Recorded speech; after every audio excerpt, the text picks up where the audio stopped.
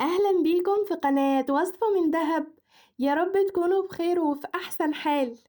النهاردة إن شاء الله هنحضر مع بعض محشي الكرنب أو محشي الملفوف بالطريقة المصرية، وأوعدكم بأحلى صينية محشي كرنب ممكن تكونوا دقتوها في حياتكم، لأننا هنحضر خلطة للرز بطريقة هتخلي المحشي ريحته تجيب من آخر الشارع، وطعمه بقى مش قادرة أقولكوا على جماله، حاجة كده يا جماله يا جماله، طعم طعامه مش قادرة أوصفها لكم.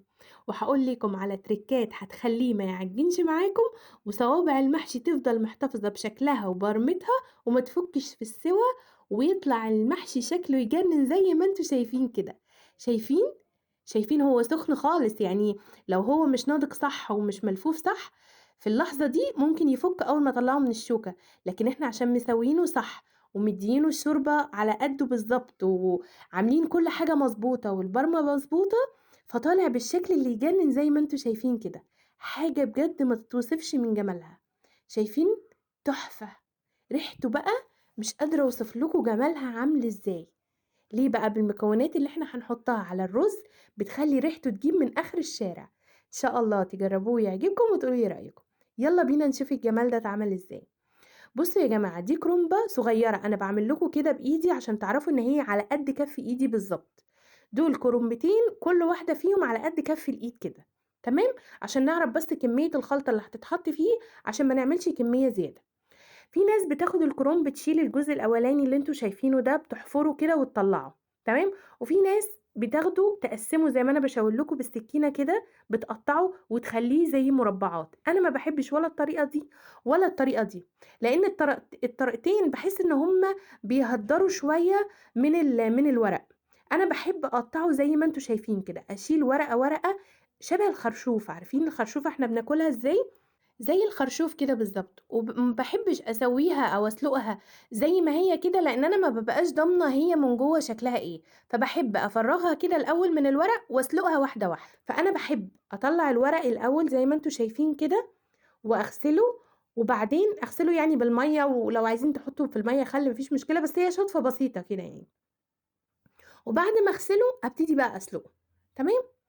اللي حابب يعمل الطرق التانية برضه هي مش غلط، بس أنا بافضّل الطريقة دي.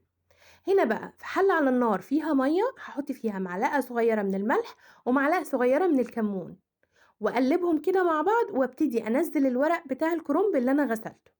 تمام. مش هنبرّد المَيّة، هننزّل بتاع حوالي 3، 4 كده مع بعض، وهُم بياخدوا بتاع حوالي 30، 40 ثانية بالكتير وباطلّعهم. اتفقنا؟ مش هنقعّدهم أكتر من كده. هاخلّص بقى الكمية كلّها هاسلقها واطلّعها، وأنا باطلّعها هاطلّعها على حاجة صينية زي ما أنتم شايفين كده، حاجة تكون يعني تهوّي الورق، ما يبقاش على بعضه عشان ما يتبهدلش مننا. وطبعًا الورق الصغير اللي هو بيبقى في القلب بتاع الكرنباية ده برضه مش هنرميه، هنعمله وهنفرش بيه الصينية بتاعتنا. تمام. هنا باوريكم بقى أول ورقة من ورق الكرنب هنعمل فيها إيه بقى. هنجيبها ونشيل الجزء السميك اللي موجود ده اللي بيسموه العروق، الحتة دي لازم تتشال. تمام. بصوا عايزين نركز بس في الحتة دي. بصوا هنطبقوا الورقة وبعدين نرولها كده زي ما انتم شايفين، ونبتدي نقطع على قد شكل الصبع اللي احنا عايزينه. بصوا هنا انا عملت 4 صوابع، اللي عايز يعمل 3 صوابع برضو مفيش مشكلة. وبعدين نفرده كده، هيبقى سهل قدامنا ان احنا نقطعه مربعات. بصوا طريقته سهلة خالص، مفهوش اي حاجة. وشايفين سواء عامل ازاي؟ بقى رقيق كده وبقى سلس، نقدر نعمله بالشكل اللي احنا عايزينه. وبصوا الحتة دي اللي هي كانت البوز بتاع العرق اللي احنا قلنا عليه نشيله، برضو بنستخدمه. ادي ورقة تانية اهو، هنبتدي نشيل الجزء السميك دوت اللي هو بيبقى عاصي كده، واحنا بنلفه لازم يتشال عشان تبقى الورقة سلسة معانا واحنا بنلفها. اتفقنا؟ هنبتدي نطبقها على 2 ونعملها رول كده، ونشيل الحتة الصغيرة اللي في الأول اللي هي هتبوظ شكل الصبع دي، ونقطعها زي ما انتم شايفين كده. وبعدين هنقطعها مربعين صغيرين. ولو عندنا كمية وعايزين نفرز في الفريزر، نقدر بقى نحطها في أكياس حفظ ونحطها في الفريزر، بس نحطها من غير الحشوة، لأن الحشوة لما بتقعد في الفريزر بتبوظ الورق لوحده، ونعمله الحشوة لما نيجي نطلعه عشان نعمله. وهنا دي الورقة الصغيرة هنشيل برضه منها العرق الناشف ده، ونبتدي برضه نشتغل بيها نحشيها ونحطها كده، طالما تنفع تتحشى نحشيها. الورق الصغير اللي بيطلع هو ده اللي هنعمله القاع بتاع الصينية بتاعتنا. وهنا أنا خلّصت الكمية كلّها وهاخلّيها بقى على جنب، وهنبتدي بقى نعمل الخلطة الجميلة بتاعتنا اللي هتخلّي المحشي ولا أروع من كده. عندنا نُص كيلو من الرز المصري، عليه بصلتين كبار مفرومين، عليه حزمتين كزبرة خضرا، عليه حزمتين من الشبت، عليه حزمة وسط من النعناع، ودي أساسي، هي دي سر طعامة المحشي وجماله. وعندنا هنا كوباية من الصلصة، والتوابل عندنا معلقة صغيرة من الملح أو حسب رغبتكم يعني الملح، ومعلقة صغيرة من الكمون، ونص معلقة صغيرة من السكر، نص معلقة صغيرة من الشطة، ونص معلقة صغيرة من الفلفل الأسود، وده طبعا حسب الرغبة. وهنضيف عليهم نص كوباية زيت، لأن محشي الكرنب الأفضل ليه الزيت مش السمنة. عايزين نطعمه بحتة سمنة مفيش مشكلة. وهنقلب من فوق لتحت من غير ما نعجن الرز عشان ما يتكسرش مننا. اتفقنا؟ ودي الصينية اللي أنا هاشتغل فيها، حطيت فيها الورق اللي مش هينفع إن أنا أحشيه. تمام؟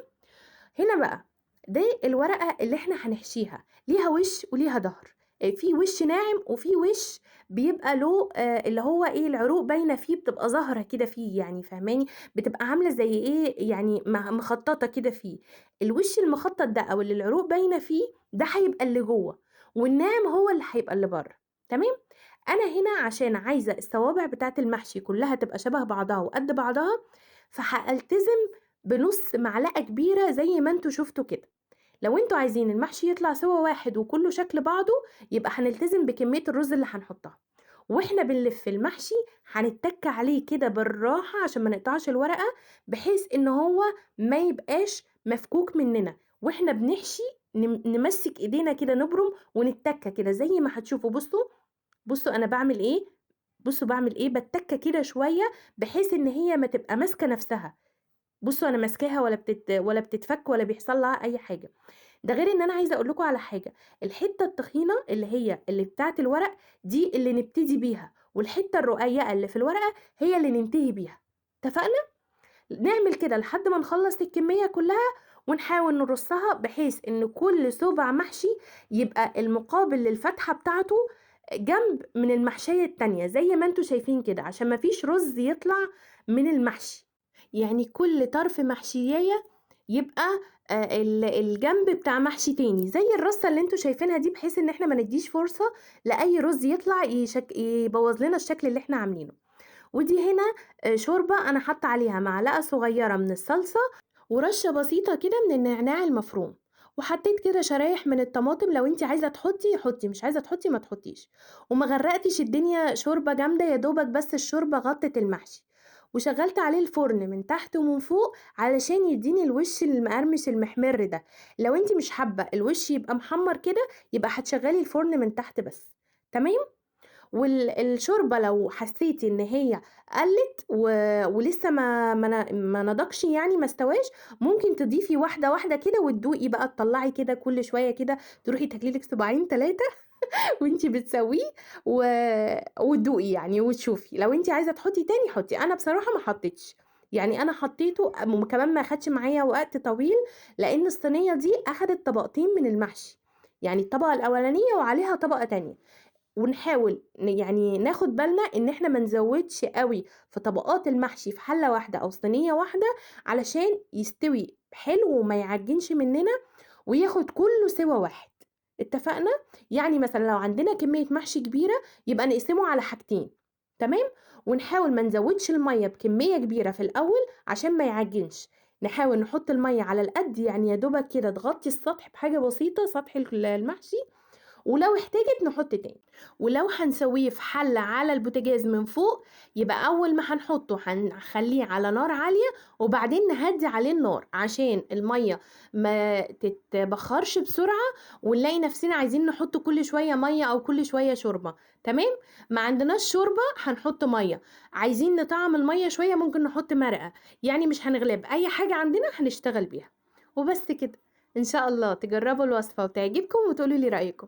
ومن فضلكم لو عجبكم الفيديو متنسونيش باللايك والاشتراك في القناة والضغط على علامة الجرس عشان يوصل لكم كل جديد. ويا ريت لو تشيروا لي الفيديو. ومع ألف سلامة.